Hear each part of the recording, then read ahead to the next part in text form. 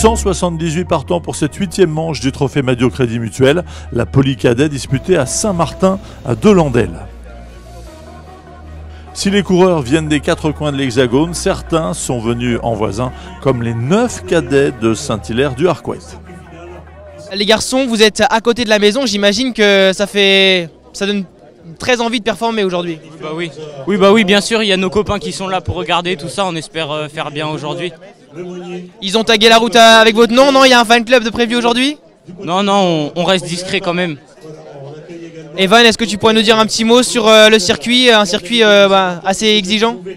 C'est un circuit qui est très exigeant, mais on le connaît bien, ça va être une belle course je pense. Vous avez eu l'occasion de le reconnaître de nombreuses fois à l'entraînement? Oui, et puis même on le connaît tous, on est tous d'ici, on a vu plusieurs fois la Polynormande, le championnat de France, on connaît tous le circuit par cœur. Bétiane, c'est la 2e fois qu'on t'aperçoit sur une manche du Trophée Madio. Cette fois-ci, tu es très bien passé sur la ligne de départ. Ah oui, le week-end dernier, je suis arrivé 5 minutes avant et j'étais tout dernier. C'était impossible de remonter. Du coup, j'ai pris toutes les cassures et au bout de la mi-course, j'étais lâché. Du coup, c'était cuit. Alors aujourd'hui, je suis arrivé 2 heures avant, là, bien placé comme ça. Je suis sûr d'être premier. Fournier, Nathan Zamparouti. C'est pas très long mais assez raide et c'est la répétition surtout qui va vachement piquer.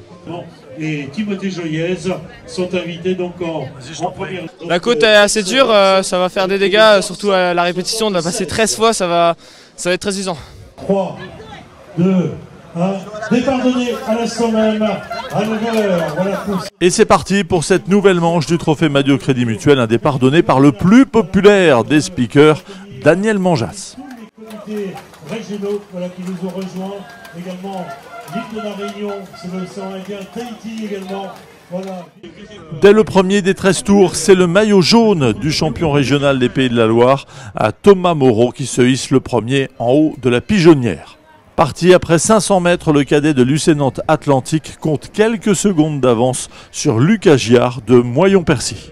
Quelques mètres plus loin, on retrouve Théo Lavarte de Lani Cyclisme et Éloane Vincent de Flair Cyclisme qui connaît particulièrement bien ce circuit. La mythique pigeonnière va être exigeante à tous les tours. 13 fois sur la fin, les 3-4 derniers tours vont être un peu compliqués. Surtout que la course sera déjà bien avancée et la fatigue va arriver, donc on verra comment ça va se passer.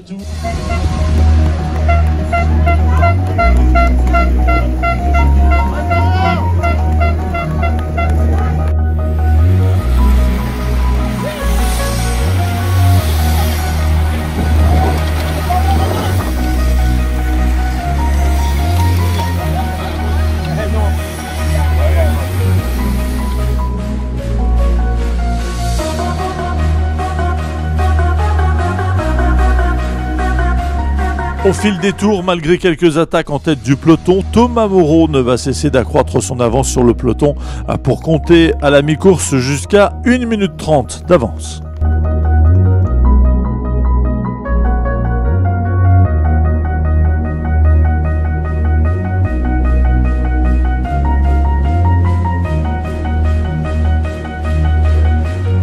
Derrière l'homme de tête Enzo Carneis, Olivier Nicolas Corfel et Mathis Bonnet sont les plus remuants en tête du peloton.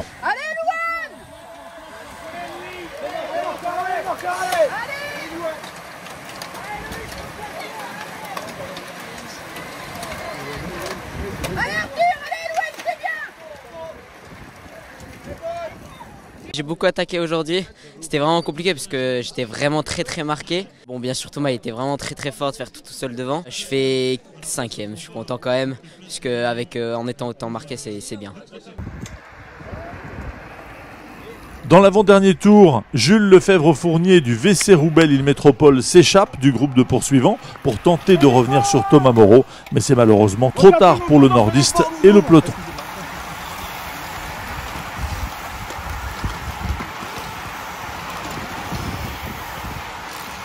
Et c'est du jamais vu en 20 ans de Trophée Madio Crédit Mutuel, la victoire en solitaire de Thomas Moreau, sorti du peloton seulement 500 mètres après le baisser du drapeau. Un exploit semblable à celui d'un certain Marc Madiot, qui avait en effet remporté sa première course cycliste après s'être échappé dès le premier kilomètre. Enzo Carneis prend la 2e place, Lancelot Pancol complète le podium.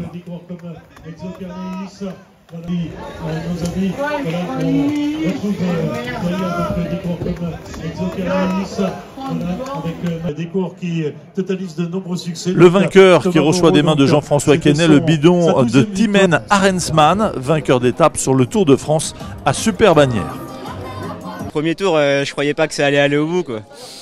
Et là, quand j'ai su que j'avais une 30 au bout de 30 km, je me suis dit que je pouvais le faire. Et là, je me suis donné à fond et ça l'a fait. Comment on gère un effort quand on sait qu'on a le peloton aux fesses? Bon, tu l'avais à 1 minute, il y avait 1 minute d'écart, mais il fallait quand même gérer son effort, j'imagine. Bah ouais, dans les premiers tours, fallait pas y aller à fond parce que si je me faisais rattraper pour pas péter juste après.